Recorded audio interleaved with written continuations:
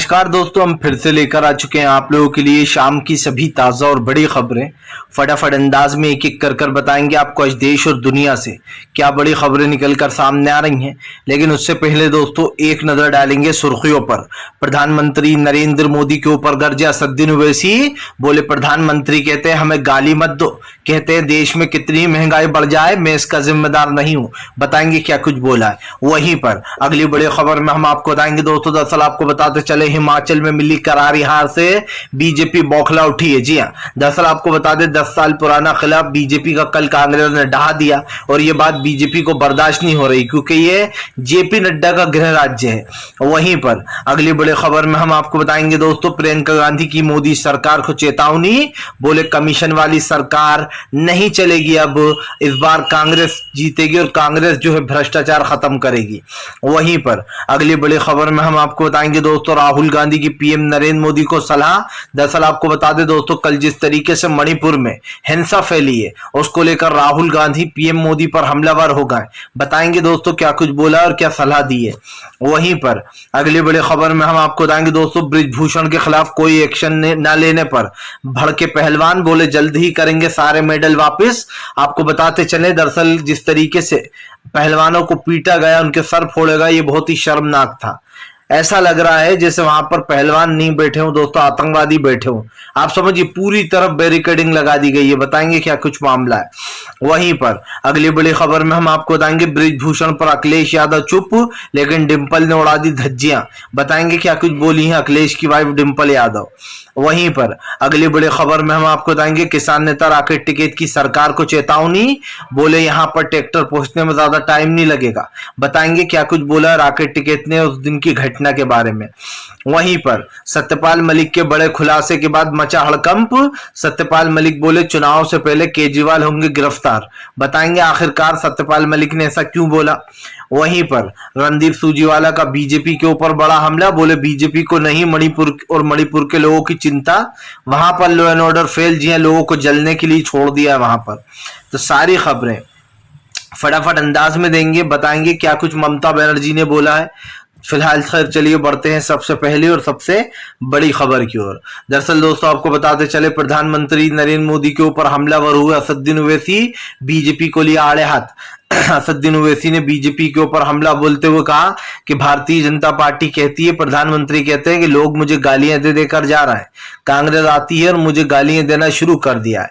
दरअसल दोस्तों प्रधानमंत्री को इस बार ओवैसी ने जमकर लपेटा। ओवैसी ने प्रधानमंत्री पर हमला बोलते हुए कहा कि आप इस देश के प्रधानमंत्री हो, इस देश में अगर महंगाई बढ़ती है, गरीबी होती है, देश का युवा आज बेरोजगार है, महंगाई लगातार बढ़ रही है, उसके बावजूद भी प्रधानमंत्री कहते हैं कि अगर महंगाई बढ़ती है तो बढ़ने दो, मुझसे कुछ मत कहो, मैं इसका जिम्मेदार नहीं हूं। आप समझिए दोस्तों, अगर इस देश का चुना हुआ प्रधानमंत्री ये कह दे कि मुझसे मत कहो भैया महंगाई गरीबी बढ़ रही है तो मैं इसका जिम्मेदार नहीं हूं, तो फिर दोस्तों इसका जिम्मेदार कौन है। सबसे बड़ी बात यह है कि जिस पद पर लोगों ने आपको बिठाया है उस पद का आप सम्मान नहीं करते हो, आप बार बार नाटक करते हो, आप आंसू दिखाकर जनता को, आप समझ में ये नहीं आता दोस्तों कि ये पहला देश का ऐसा प्रधानमंत्री है जो लोगों का दुखड़ा सुनने के बजाय अपना दुखड़ा सुनाने बैठ जाते हैं। ऐसा प्रधानमंत्री आपने दुनिया के अर्श पे कहीं नहीं देखा होगा।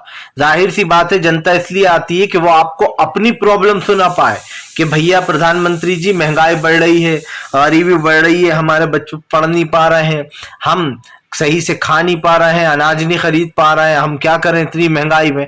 लेकिन होता उल्टा है, प्रधानमंत्री आते हैं, दो आंसू बहाते हैं और उनको अपनी प्रॉब्लम सुनाने लगते हैं जो जनता पहले से ही परेशान है। प्रधानमंत्री कहते हैं मैं बड़ा परेशान हूं, कांग्रेस ने मुझे फिर से गालियां देना शुरू कर दिया है, कांग्रेस मुझे गालियां दे रही है, विपक्ष पार्टियां मुझे गालियां दे रहे हैं क्योंकि ये लोग मोदी के काम से जलते हैं। अरे आपने कोई काम किया होगा तब तो लोग जलेंगे, आपने तो महंगाई को 100 गुना कर दिया है।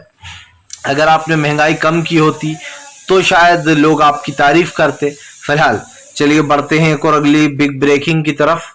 बता दोस्तों अगली जो बड़ी खबर निकल कर आ रही है, आपको बताते चले दोस्तों, प्रधानमंत्री नरेंद्र मोदी को राहुल गांधी की सलाह। आपको बताते चले कल मणिपुर में जोरदार तरीके से हंगामा हुआ दोस्तों, मणिपुर को पूरी तरीके से दोस्तों जला दिया गया, 10,000 लोग अपनी जान बचाकर भाग उठे।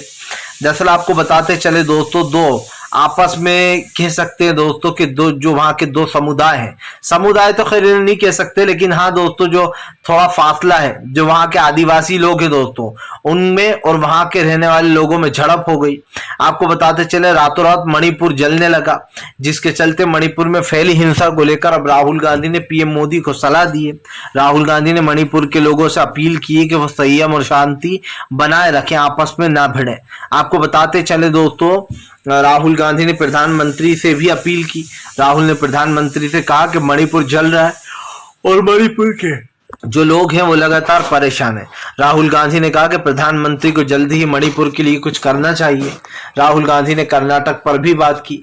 राहुल गांधी ने कहा कि सब जानते हैं कर्नाटक में इस देश की सबसे बड़ी भ्रष्ट सरकार चल रही है और वो 40% वाली सरकार है। उसने पूरे बेंगलुरु को करप्शन में डुबो दिया है। आप समझिए दोस्तों, बेंगलुरु एक सबसे महंगा वो है वहां का क्षेत्र। ऐसे में दोस्तों ये कह सकते हैं कि जितने भी वहां के इलाके हैं उन जगहों पर बीजेपी ने खास करके कर्नाटक में करप्शन को इतना बढ़ावा दिया कि अब बीजेपी घर घर में बीजेपी की पहचान यही बन गई है 40% कमीशन वाली सरकार, जिसको लेकर राहुल ने जमकर निशाना साधा। राहुल ने कहा कि कर्नाटक के लोगों को ठगा जा रहा है। हमेशा से 40% वाली सरकार कर्नाटक के लोगों को जीने नहीं दे रही है। राहुल ने कहा कि सरकार बनते से ही वहां के लोगों को सबसे बड़ी जो प्रॉब्लम है महिलाओं की, उन चीजों को दूर किया जाएगा, करप्शन को खत्म किया जाएगा, तमाम परिवारों को दोस्तों जिन सुविधाएं मिलना चाहिए वो सुविधा दी जाएगी। यही नहीं दोस्तों, बजरंग दल को बैन करने की बात पर राहुल बोले कि इस चीज को भी मुद्दा बनाया गया। बजरंग दल दोस्तों किस तरीके से नफरत फैला रहा है ये आप अच्छे से जानते हैं। बीजेपी बजरंग दल और बजरंग बली को एक करना चाहती है ताकि उसको चुनाव में फायदा मिले।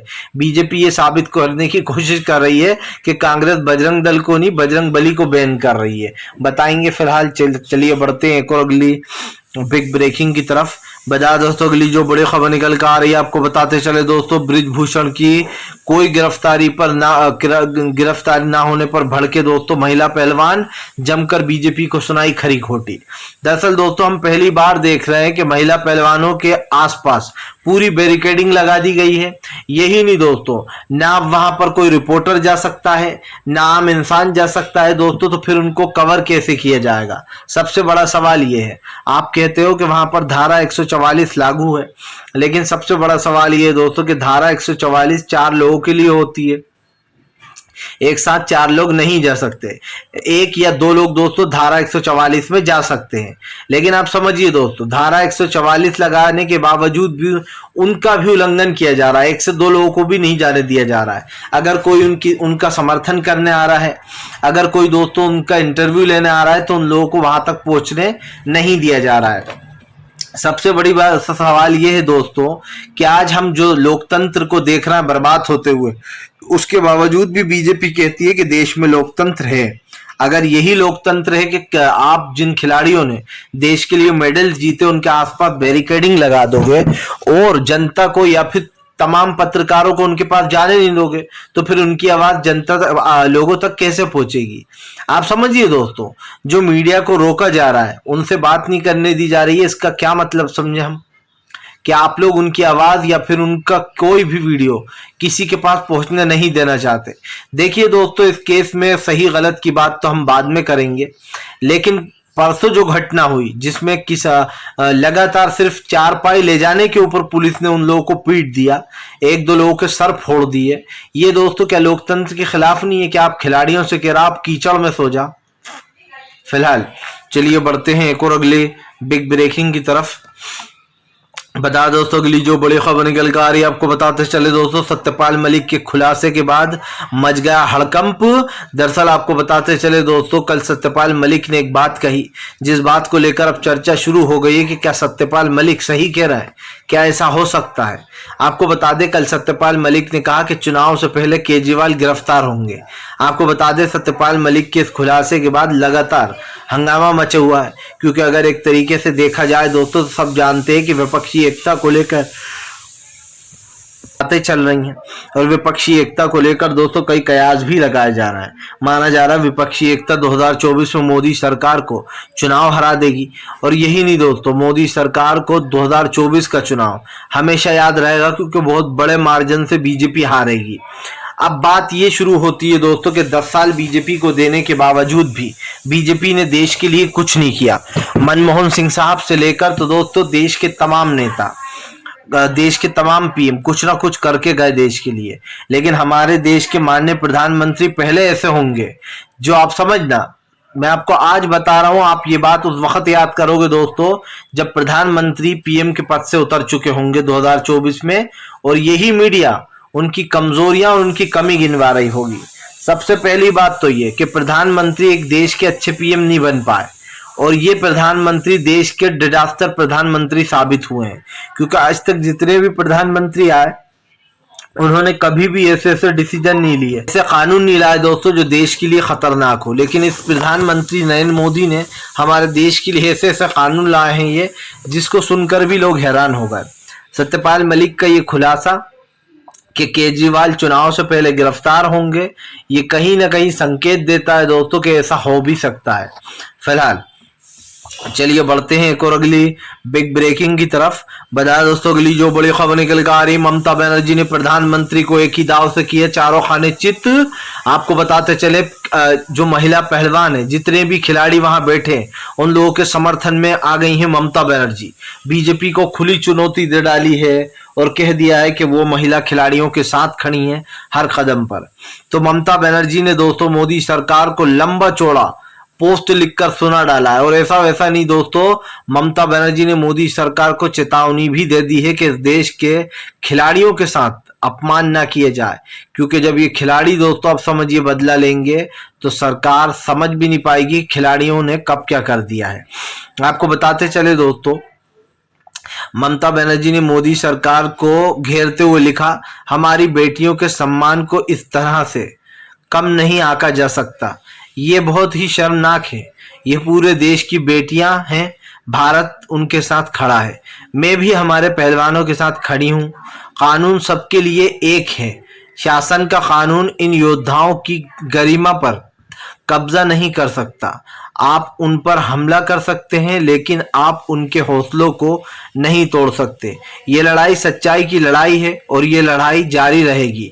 पूरा देश उनकी तकलीफ देख रहा है और जो है यहाँ पर देश आपको माफ नहीं करेगा। मैं अपने पहलवानों से अपील करती हूँ कि वह मजबूत बने रहें, उनको मेरा पूरा समर्थन है।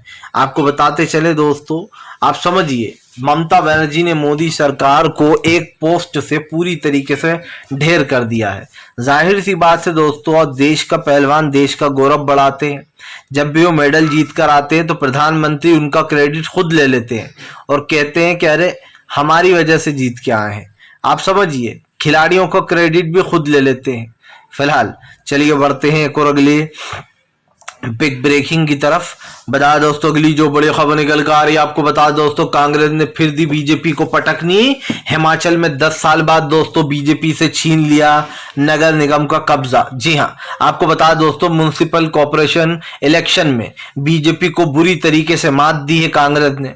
10 साल पुराना किला दोस्तों शिमला में बीजेपी का ढह गया है। आपको बताते चले दोस्तों, ये कांग्रेस की बीजेपी की दूसरी हार है जब कांग्रेस ने बुरी तरीके से हिमाचल में उठाकर पटक दिया। सब जानते हैं दोस्तों कि बीजेपी ने हिमाचल में क्या किया, कैसे करप्शन फैला रखा था, जिसको लेकर दोस्तों लोगों का वहां पर गुस्सा भी फूटा और इसीलिए म्युनिसिपल कॉर्पोरेशन इलेक्शन में भी बीजेपी की बुरी हार हुई। आपको बता दें कल कांग्रेस में जश्न रहा। कल सुखविंदर सिंह सुक्खू ने तमाम लोगों को जो यहाँ पर शुभकामनाएं दी और कहा कि हम सब मिलकर साथ में काम करेंगे। दरअसल दोस्तों यहाँ पर काम लोगों को सुखविंदर सिंह सुक्खू का पसंद आ रहा है। जिस तरीके से सुखविंदर सिंह सुक्खू जमीनी आदमी जुड़े हुए हैं जमीन से और वहां के लोगों से मिलते रहते हैं, इसको लेकर कहीं ना कहीं ये बात साबित हो जाती है दोस्तों कि फिलहाल आने वाले समय में बीजेपी को एक बड़ा झटका लगेगा, क्योंकि हिमाचल से ही दोस्तों हार की शुरुआत हुई है। अब कर्नाटक दूसरा राज्य जहां पर बीजेपी बुरी जरूरी हारेगी। यही नहीं दोस्तों, आने वाले समय में बीजेपी का सुपड़ा तमाम जगहों से साफ होने वाला है और लोकसभा चुनाव में तो बीजेपी दिखाई नहीं देगी, ऐसे उड़ेगी आंधी की तरह।